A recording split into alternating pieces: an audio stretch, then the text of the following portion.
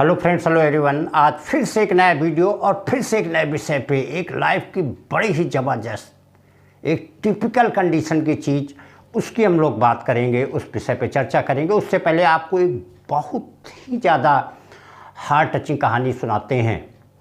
पहले आप लोग वो सुनिए। जब भगवान राम राजा बन गए, एक दिन अपने तीनों भाइयों के साथ उस सरयू के किनारे घूम रहे थे, और चाहे वो वाल्मीकि रामायण हो, चाहे वो तुलसीदास जी की रामायण हो, दोनों के अनुसार भरत जो थे वो उनका अंश थे, भगवान राम के अंश थे। और इस बात को लेकर के जब से उनकी माता कैकेयी ने उनको वनवास भेजा था, तब से वो बहुत ही ज़्यादा दुखी रह रहे थे कि हमारे पीछे आज हमारे भैया को ये दिन देखने पड़े।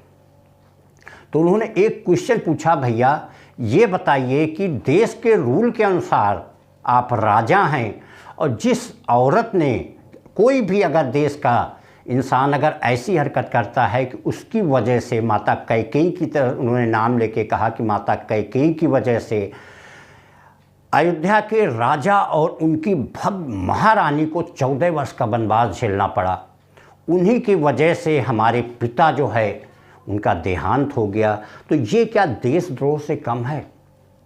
और ऐसे में क्या उनको मृत्युदंड नहीं मिलना चाहिए था, और फिर भी आपने उनको कोई सज़ा नहीं दी? ऐसा क्यों किया भैया, आप हमें बताइए। भगवान राम मुस्कुराए, उन्होंने कहा, जानते हो भरत, किसी भी कुल में अगर एक होनहार बालक पैदा हो जाता है तो उसके कई पुष्ट पुरखे तर जाते हैं, सारे पापों से मुक्त हो जाते हैं। और फिर तो कैकेयी ने तुम्हारे जैसे एक महान पुरुष, एक संत पुरुष को जन्म दिया है, जिसकी वजह से उसके सारे पाप किए हुए धुल जाएंगे।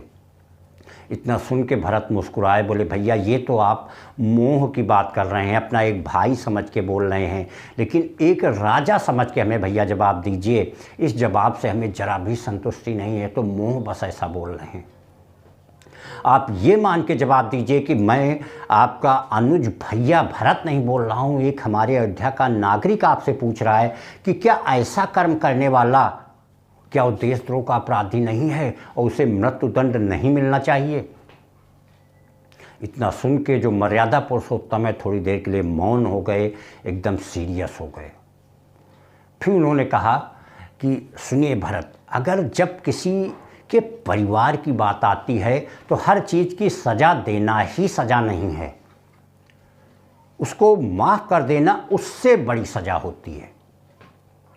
यही बात तुलसीदास जी ने कहा है, अपनी रामचरितमानस में कहा हुआ है कि उमा क्षमा श्रापों ते भारी, अपने पाप जाएं अपकारी, उमा क्षमा श्रापों ते भारी। तो जब परिवार का मैटर आता है तो वहाँ पे हर चीज़ें उसको सज़ा देना ही ज़रूरी नहीं होता। और ऐसे भी एक लाइफ की फिलॉसफिकल बात कही जाती है कि जब अपने से लड़ाई हो तो तब जीतना ज़रूरी नहीं होता, जब अपनों से लड़ाई हो तो जीतना ज़रूरी नहीं होता, लेकिन जब अपने से लड़ाई हो तो वहाँ जीतना बहुत ही ज़रूरी हो जाता है। तो खैर, ये तो एडिशनल बातें हो गई।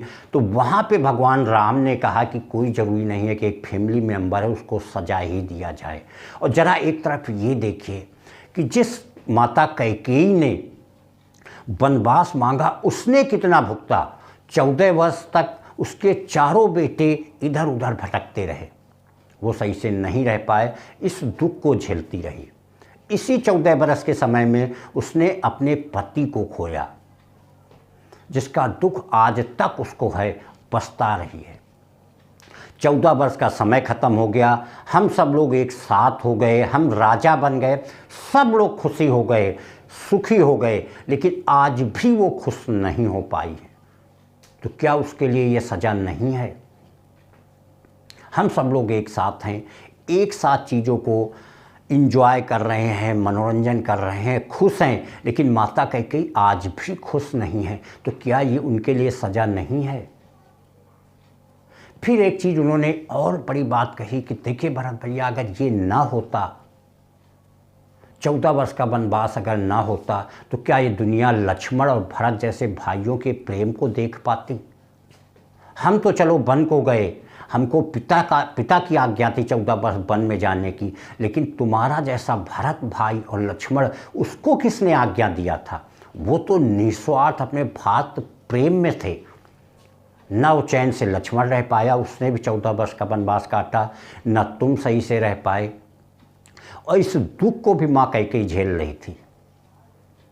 न तुम अपने भवन में थे, और दुनिया ने इस भात प्रेम को तो देखा।